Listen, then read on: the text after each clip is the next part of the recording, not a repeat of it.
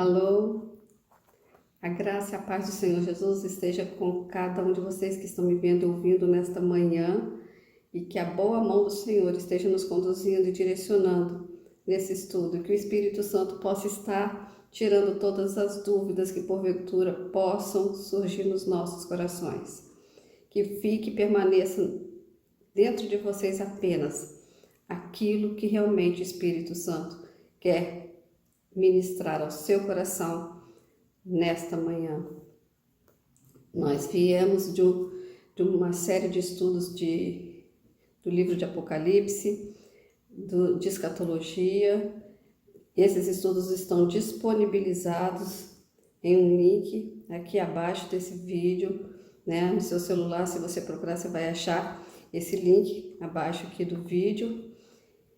E eles estão numa ordem, né, desde o arrebatamento da igreja até as cartas às 7 igrejas do Apocalipse, encerrando assim esse estudo. É uma série de mais de 10 vídeos. Eu aconselho vocês, aqueles que não viram, a verem, e aqueles que já viram, reverem, para fixarem o ensinamento.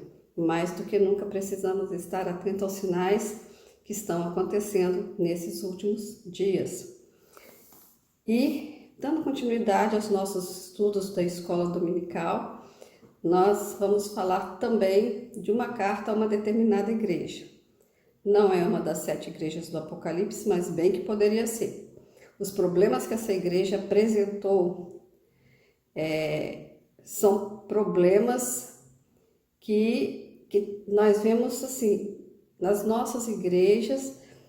Todos nós já tivemos igrejas, já vimos igrejas que tiveram, se não todos os problemas, parte desses problemas.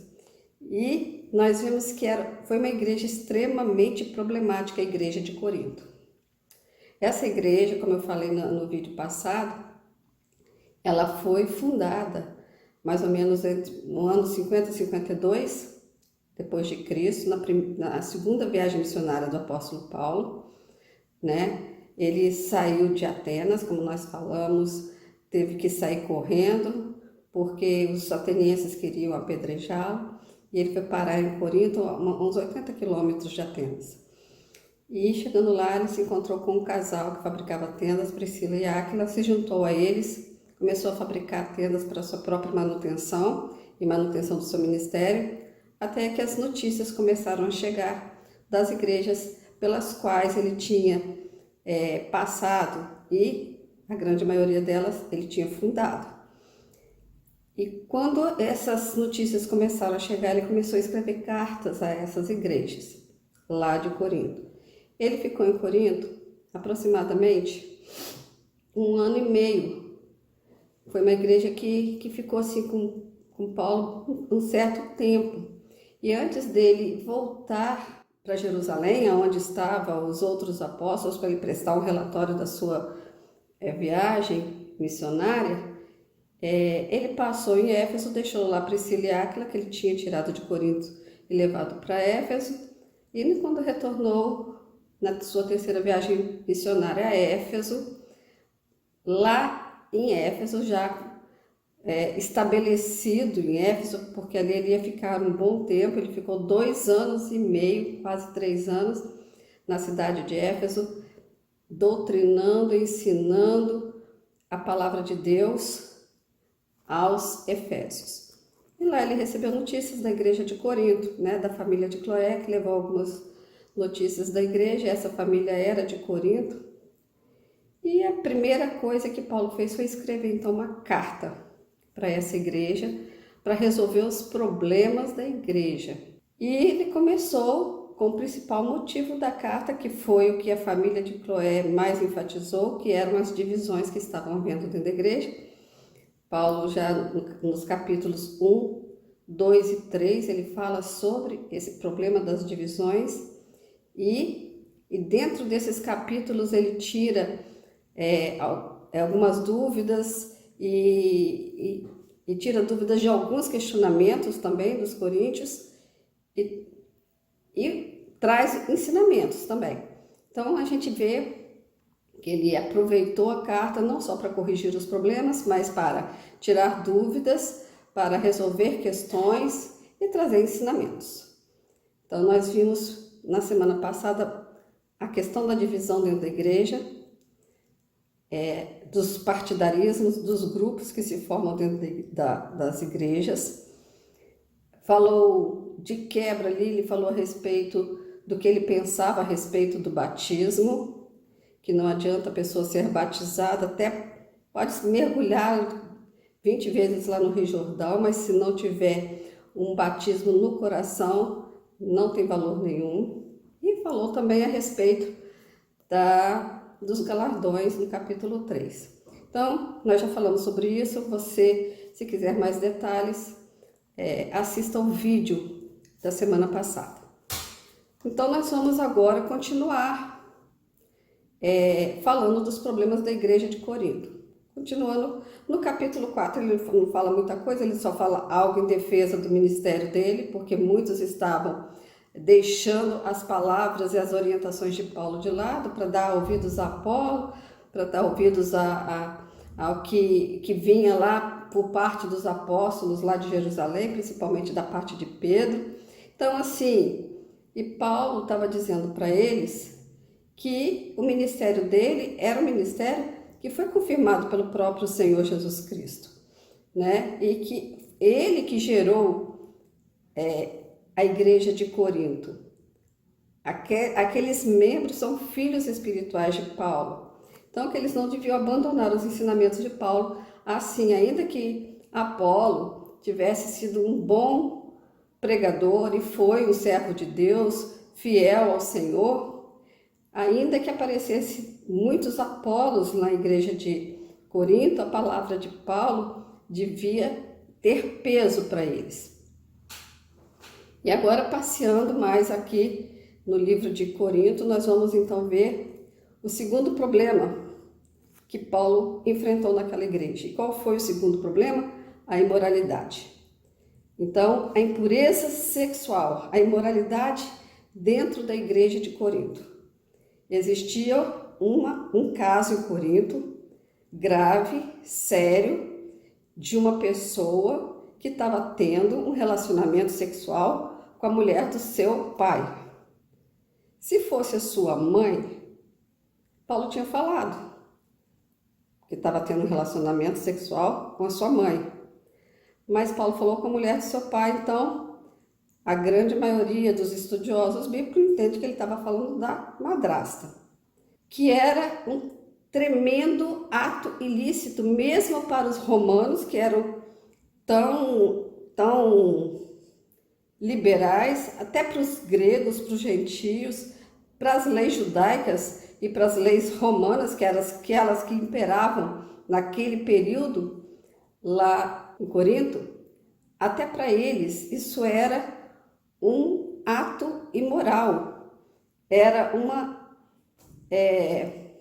um ato ilícito, não era permitido pelos gentios, aqueles que não conheciam a Cristo, quanto mais será aceito dentro do meio cristão. O nome disso, nós sabemos que é incesto, né? Um relacionamento com alguém da família é o incesto, que biblicamente é pecado. Então, o que a gente vê é que a igreja estava enfrentando um pecado dessa natureza, dessa estirpe, que é um pecado condenado até pelo próprio mundo, e não estava entristecida com isso. Parece que a igreja aceitou aquilo com passividade, tolerava esse pecado e ia mais além. Ficavam soberbos, porque, afinal de contas, eles eram livres para fazer o que eles queriam. E tem muitas igrejas hoje agindo assim. Olha, nós somos livres, a gente faz o que a gente quer, foi para a liberdade que Jesus Cristo nos libertou, né? Jesus Cristo nos libertou para vivermos uma liberdade que não se pode colocar limites. Então, eles estavam se orgulhando, inclusive, desse fato. Eles não se entristeceram com o pecado, mas eles estavam achando aquilo natural. E Paulo ficou tão indignado com isso que ele disse assim: olha, um pouco de fermento leveda a massa inteira. Se isso não for tratado, se isso não for confrontado, se não houver uma disciplina, daqui a pouco toda a igreja estará contaminada. E então, com esse pensamento, ele escreve o capítulo 5 de 1 Coríntios. Certamente se ouve falar que há entre vós fornicação, e fornicação tal que nem ainda entre os gentios, ou seja, entre os incrédulos, entre os ímpios, entre os pagãos romanos, entre os pagãos gregos, entre os judeus, né, se nomeie, como é haver quem abuse da mulher do seu pai. Vocês estão ensoberbecidos e nem ao menos ficam tristes por não ter sido dentre vós tirado quem cometeu tal ação. Eu, na verdade, ainda que ausente no corpo, ele estava em Éfeso quando escreveu essa carta, mas presente no espírito, eu já determinei como se eu estivesse aí com vocês, que o que tal ato praticou, em nome do Senhor Jesus Cristo, juntos, vós e o meu espírito, pelo poder do nosso Senhor Jesus Cristo, que ele seja entregue a Satanás para a destruição da carne, para que o espírito seja salvo no dia do Senhor Jesus Cristo. Olha o que Paulo escreveu a respeito dessa situação. Existe um pecado muito grande, aparente, todo mundo sabe. Vocês não se entristecem porque está vendo esse tipo de pecado dentro da igreja, e pelo contrário, vocês dão apoio a isso. Vocês em nenhum momento pensaram em tirar esse mal que estava corroendo a igreja de Corinto. Eu estou determinando, juntamente com vocês, eu não estou presente aí, mas eu, no meu espírito, juntamente com vocês, pelo poder do nosso Senhor Jesus Cristo, eu estou determinando que ele seja entregue a Satanás para a destruição da carne, para que o espírito seja salvo no dia do Senhor Jesus Cristo.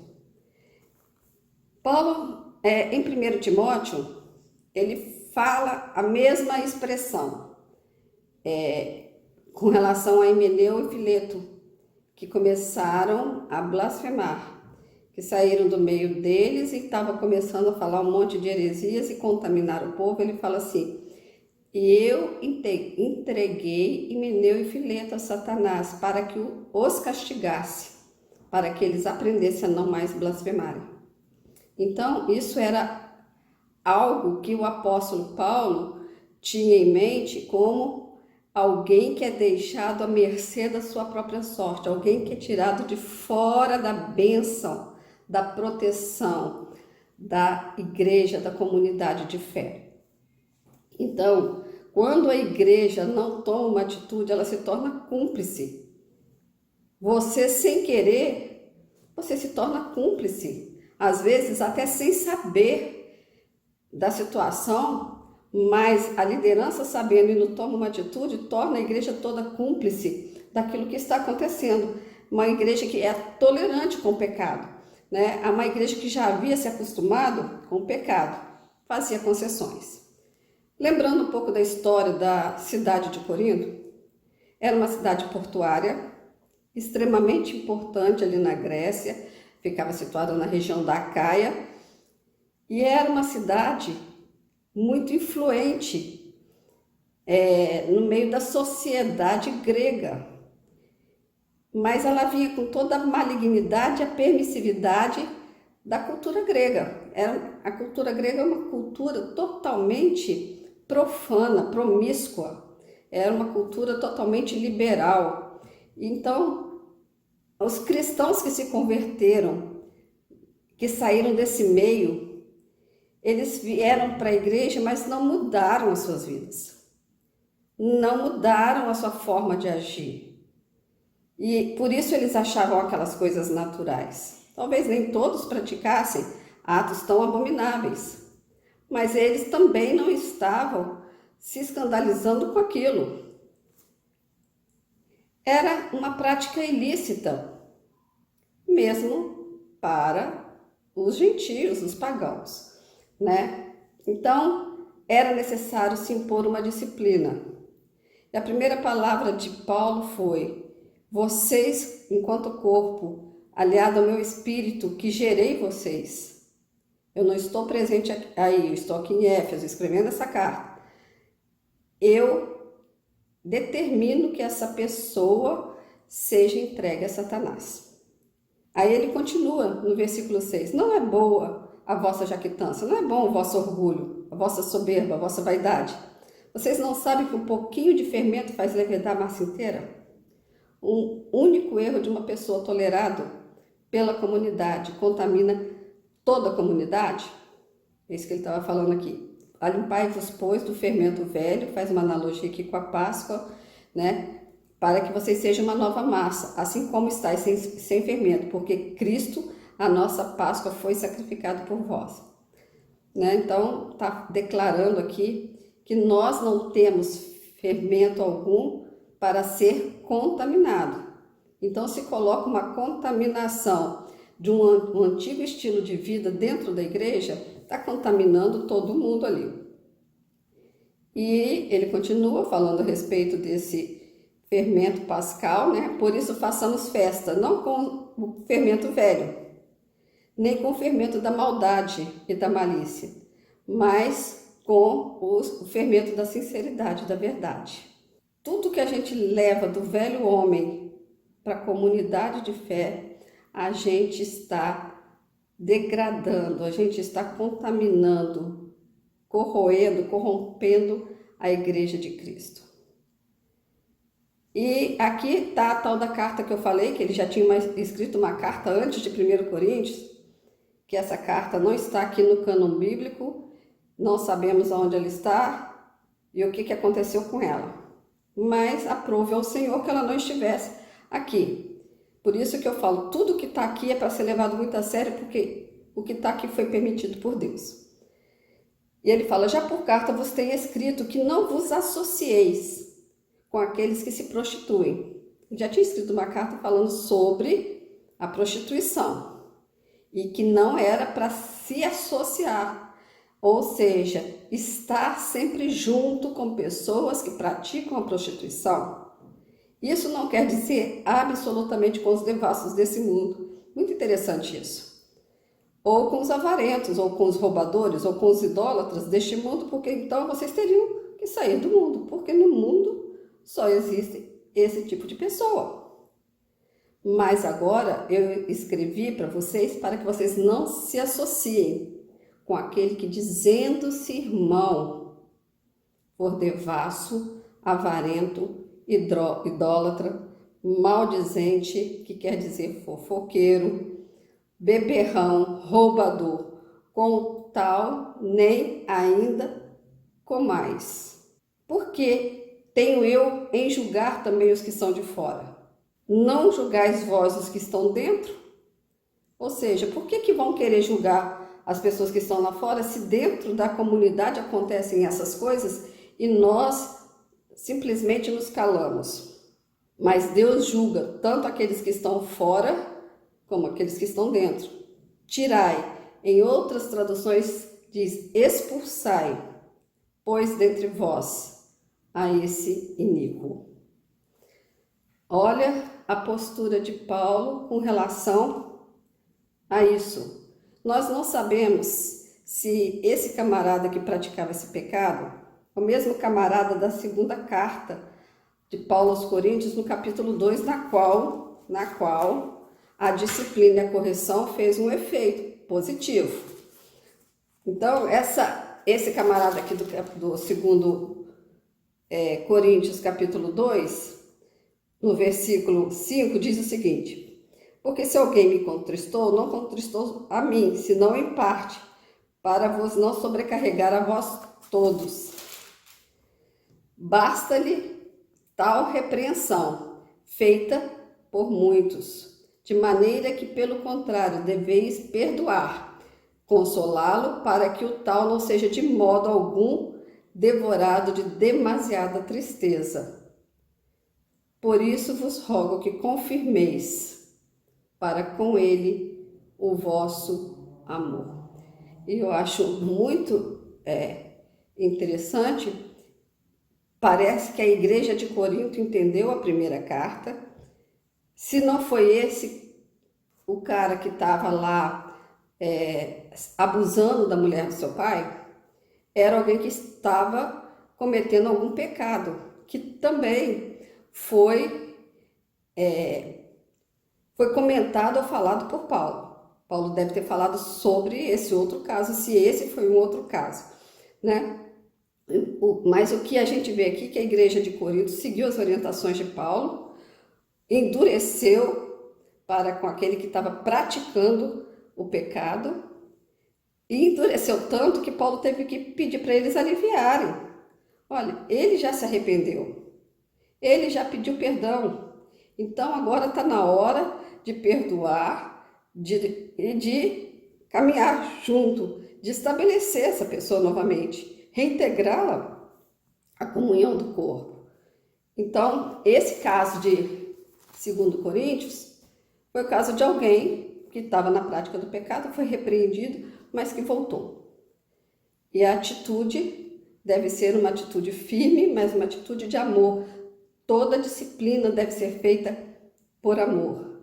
E disciplina não era invenção de moda de Paulo, não. Uma das pouquíssimas, raríssimas vezes, dizem alguns estudiosos que foi a primeira vez que apareceu a palavra igreja no Novo Testamento, que Jesus falou, foi nesse texto de Mateus. Em Mateus capítulo 18, Paulo fala exatamente isso. Olha o que fala aqui em Mateus capítulo 18, no versículo 15 até o 17. Se o teu irmão pecar, vai e repreende-o. Se ele te ouvir, você ganhou o seu irmão.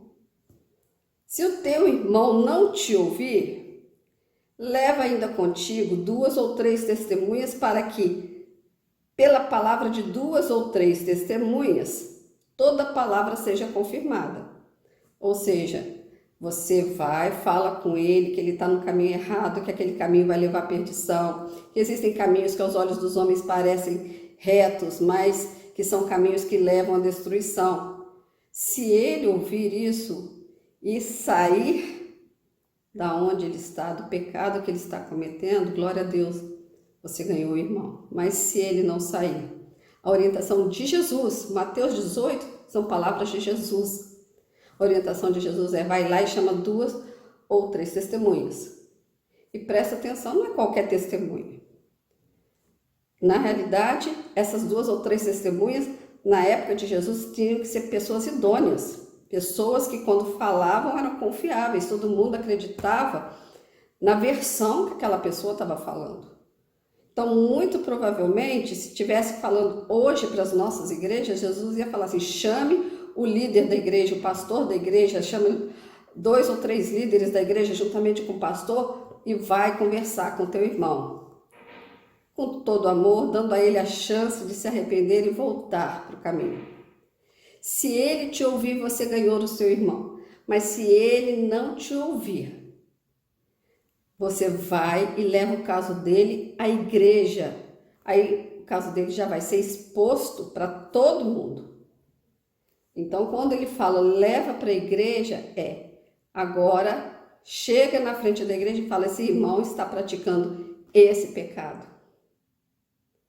Então, pelo que a gente entende lá e pelo que Jesus está falando, a igreja tenta argumentar com essa pessoa: olha, sai disso. Se você sair, nós vamos te perdoar e caminhar com você. Mas não pode continuar na prática do pecado. Era como aquela mulher adúltera que estava sendo apedrejada por causa do pecado dela. E, naquele momento, o pecado dela é exposto lá na frente.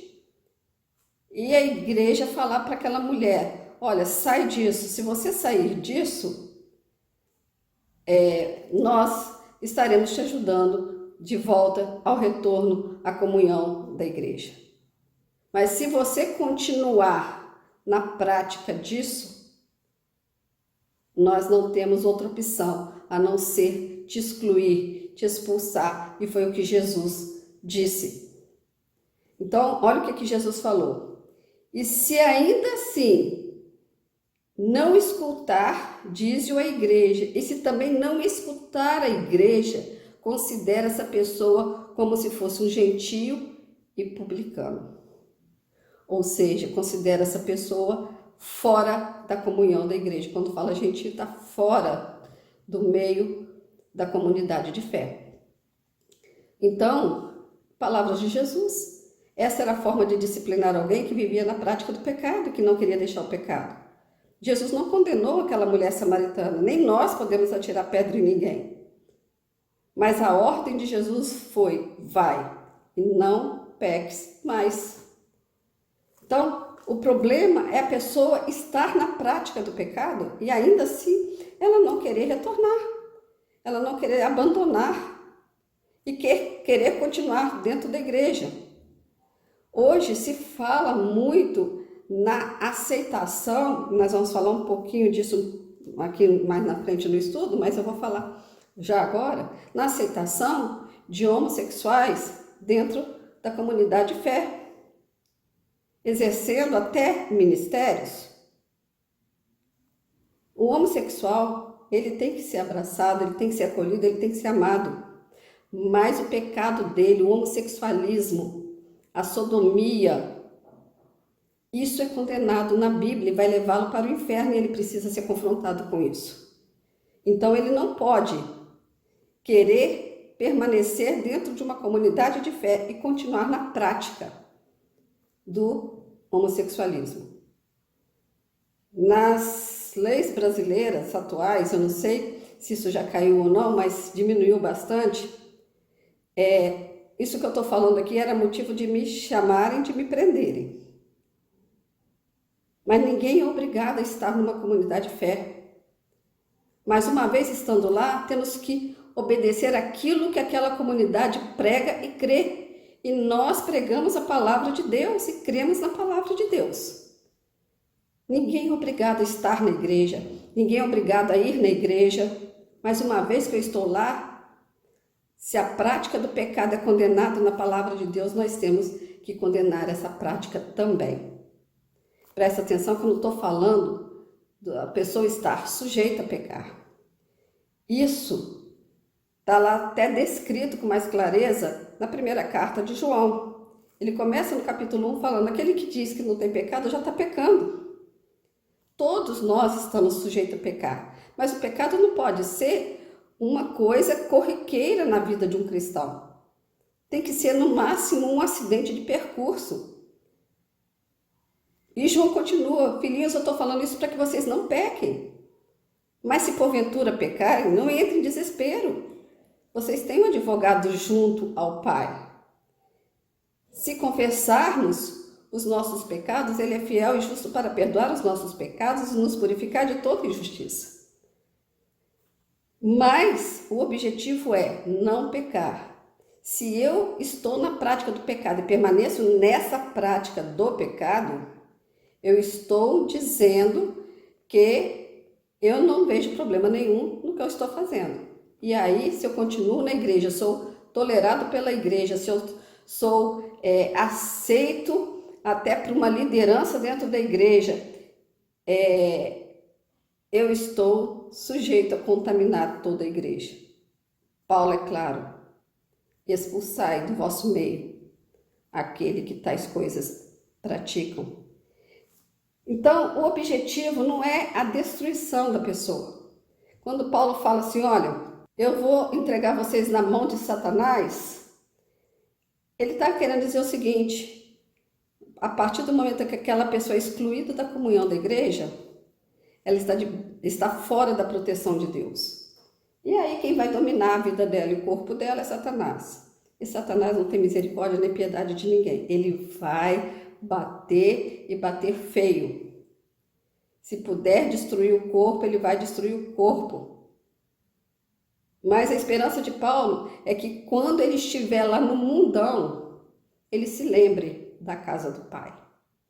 Ele se lembre da proteção que ele tinha junto à comunidade de fé e retorne. Foi mais ou menos isso que aconteceu com o filho pródigo. O filho pródigo, ele saiu da casa da proteção do pai. E a partir dali, Satanás não perdoou. Ele foi até as últimas consequências. Até ele falar assim, eu tô vivendo uma vida miserável aqui, na casa do meu pai. Se eu fosse um empregado dele, eu seria melhor tratado. E retornou para os braços do pai. Então, o objetivo da disciplina não é a destruição daquela pessoa, mas para que aquela pessoa seja ganha, seja salva, né? No final de todas as coisas. Então, Paulo já orientou aqui que deveria expulsar, tirar o fermento para que não pudesse contaminar toda a igreja. A orientação dele é não se associar com os crentes impuros. Presta atenção que ele não falou não se associar com os impuros. Tem gente, eu não vou naquele churrasco porque só tem ímpio. Meus irmãos, é ali que a gente tem que ser luz.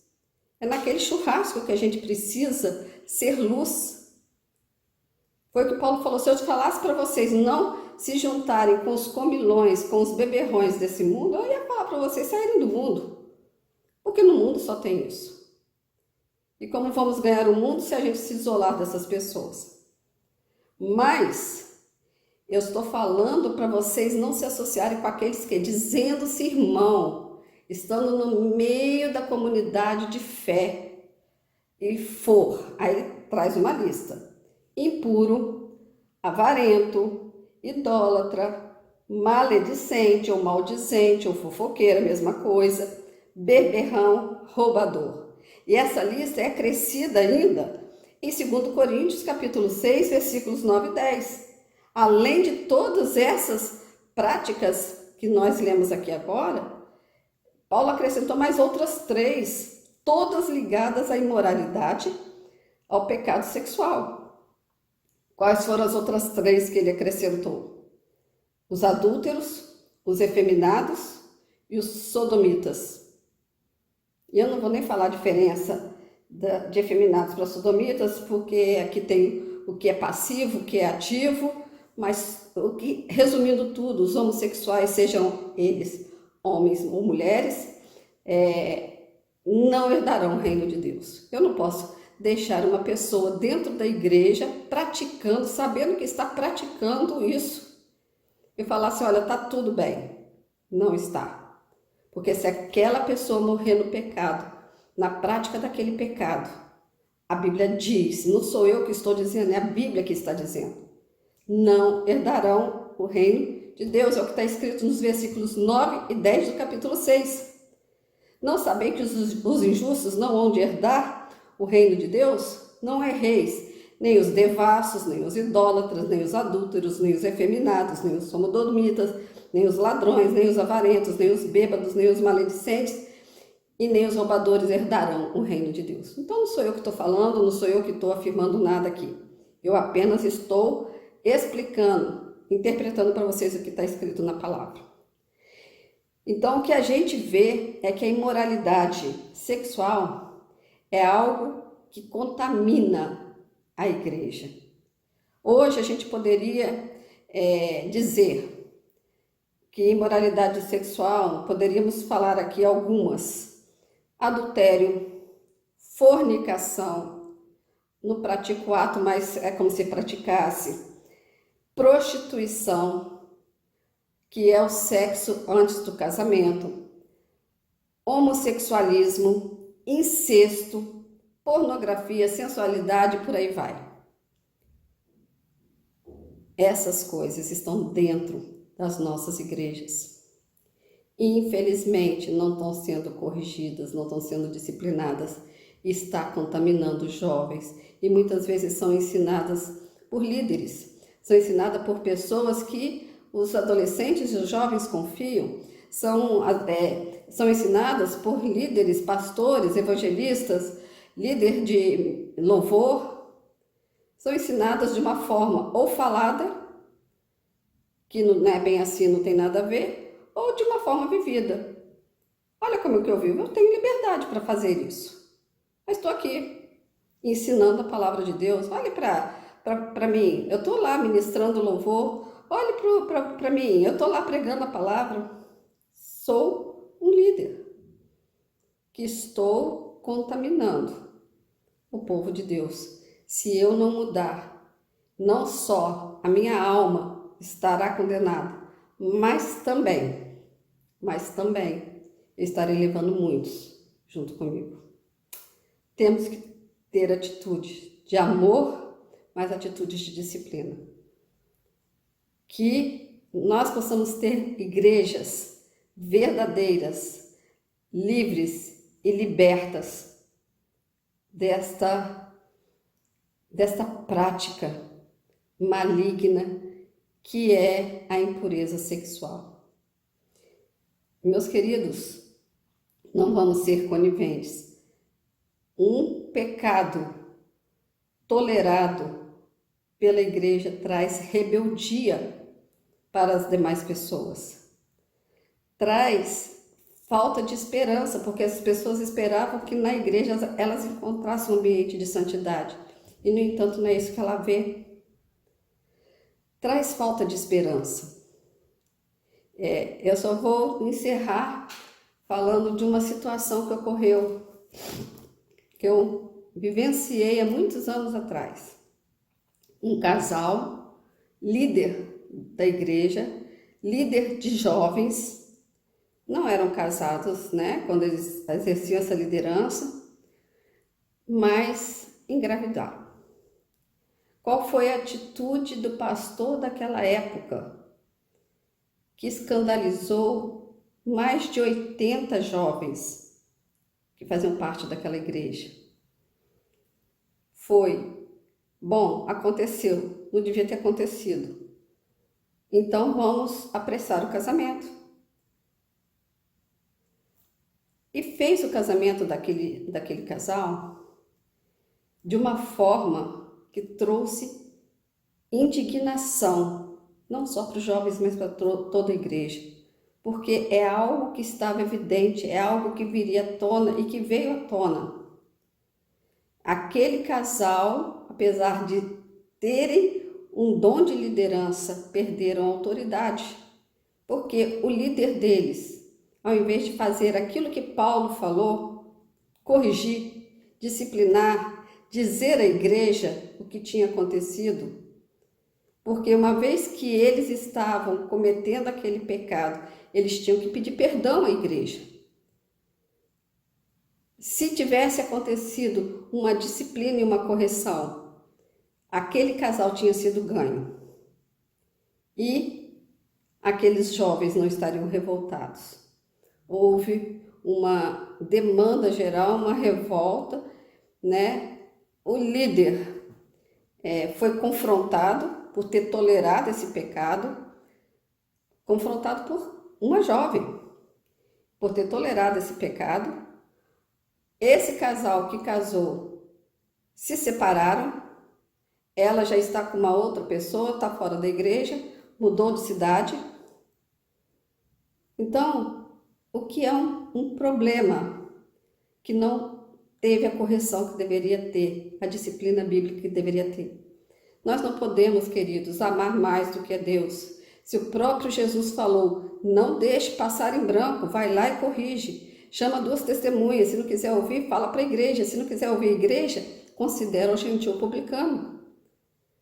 Então nós temos que entender que ninguém está na igreja obrigado, mas uma vez estando lá dentro, temos por obrigação de testemunhar, temos por obrigação de falar do amor de Deus com graça, com verdade, com testemunho fidedigno.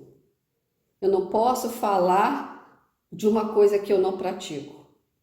Então nós temos que ter esse cuidado na exortação. É lógico que aqui, no caso de Paulo, além dos pecados sexuais, da imoralidade sexual, aqui ainda tinha outros pecados que não eram sexuais. Tinha, por exemplo, a avareza.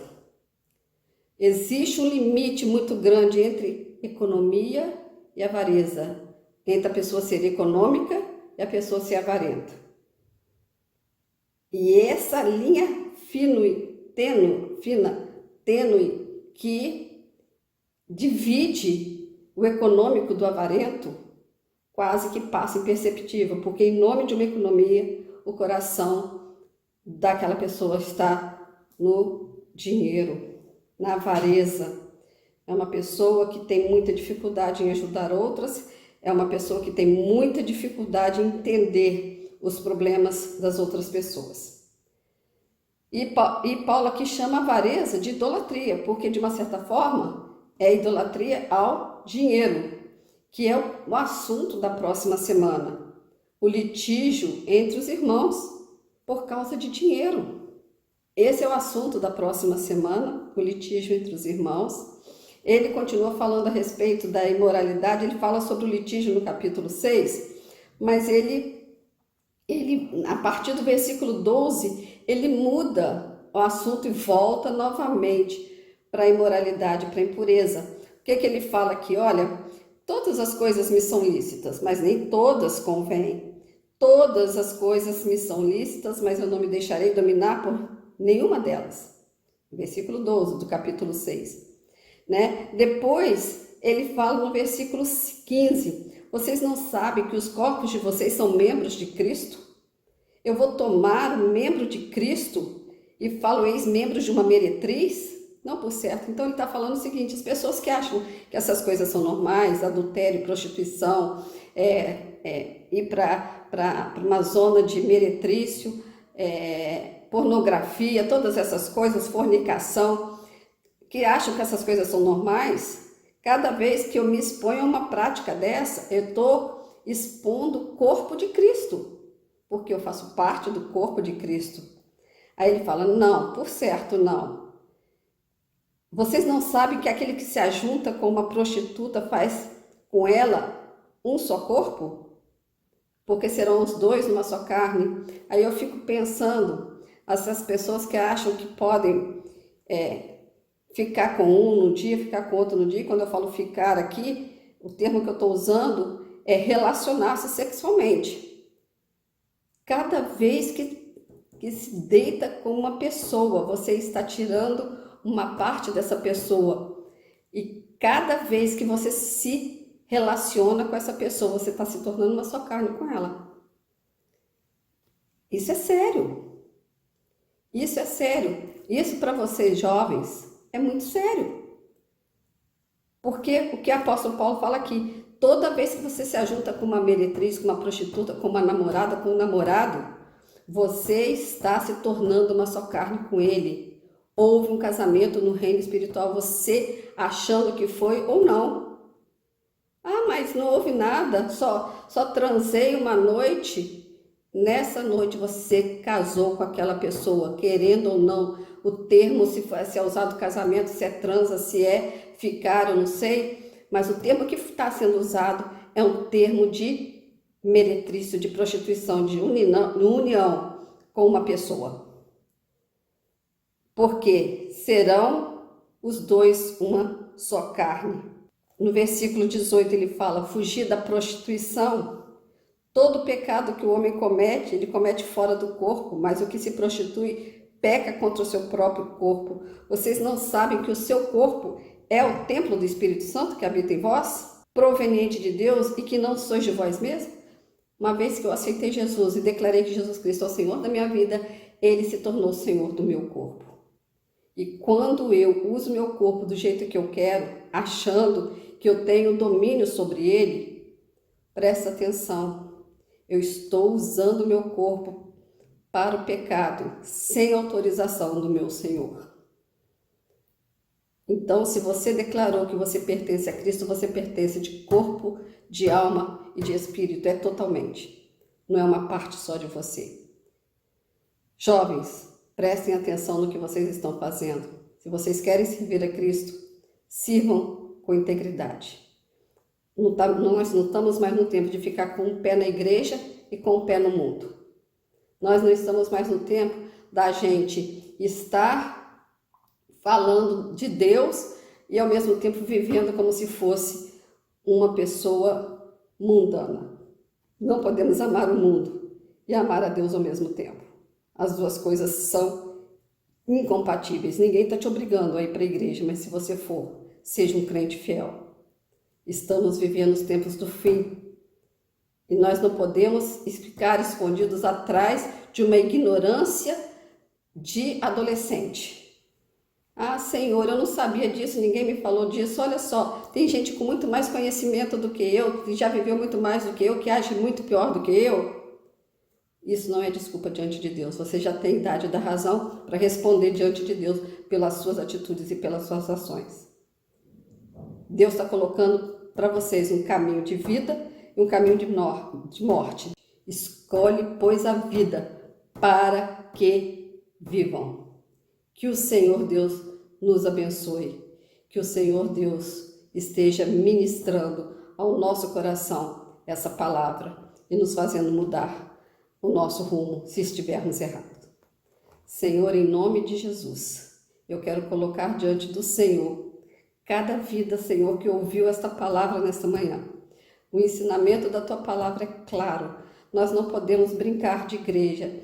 Pai, e acima de tudo estamos vivendo os últimos dias. Estamos vivendo os dias maus que a Tua palavra diz. Por isso não tem ó Deus, mais tempo para ficarmos brincando de sermos crente. O Senhor já está separando o trigo do joio. Pai, o Senhor está separando aqueles que são e aqueles que não são.